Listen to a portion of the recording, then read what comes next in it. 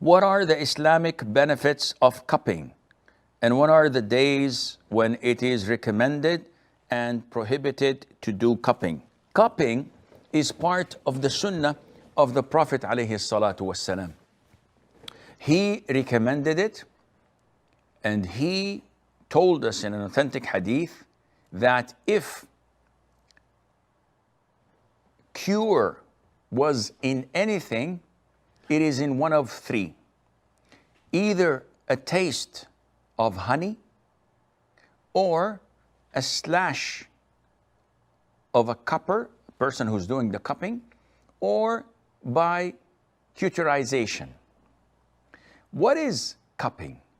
Cupping is extracting blood from the body, from certain areas, generally speaking, at the back of the head and neck.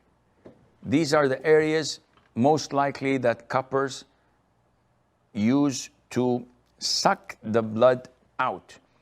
Before, in the beginning, they used to use a razor, cut slashes, and place a mug or a special device, and then suck the blood out. The nature of the blood is different than the normal blood you get from a wound or from an artery. And this blood is usually dark, very, very thick, and people are relieved afterwards. It is beneficial for those who have migraines, high blood pressure. It's good for the eyesight. So many benefits of it, not only in Islam, even in nations before Islam. It was known. And the Prophet himself, ﷺ, performed cupping. He asked someone to perform cupping to him and gave him 1 full dinar, which is a lot of money. Now, cupping is part of the sunnah, especially for healing and curing. But is it permissible to do all the times, or there are certain times? It's an issue of dispute among scholars.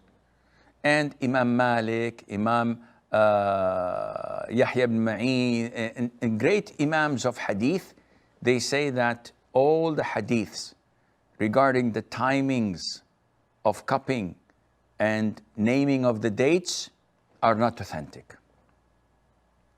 And the vast majority of scholars say that according to medical reports, cupping on the 17th, 19th, or the 21st of the lunar month is more beneficial than any other days of the month. And Ibn al-Qayyim spoke about the benefits of it after having the full moon, etc. These are things that medical doctors support, and there are hadith, though weak, yet the Salaf used to implement them. Now, Imam Malik says nothing is authentic in regards to the dates to make or not to make cupping. And he says there isn't any day that I have not made cupping in.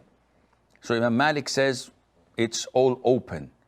Imam Ahmad, as we know from his school of thought, that whenever there isn't any sound hadith backing it up, he would take weak hadith and implement it rather than implementing self-reasoning, like the school of Abu Hanifa, for example.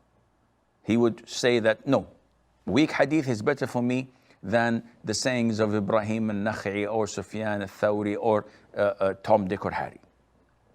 And he used to dislike cupping on Saturdays and Wednesdays. But again, it is not authentic, though Imam Tirmidhi authenticated some of it, Sheikh al-Albani authenticated some of it, but the general trend among the predecessors of scholars, of imams of hadith, that all of this is not authentic, and Allah Azza wa Jal knows best. So it is best to limit your cupping to 17th, 19th, and 21st. And If you can avoid Saturdays and Wednesdays, that would be great. If not, there's no problem. Having said this, this is related to cupping, which is a form of ibadah. There's no medical reason for that. If you have a medical reason for cupping, there is no problem at all among scholars to do it any time of the day or any time of the night, any day of the week, any day of the month. There's no problem in that, none whatsoever.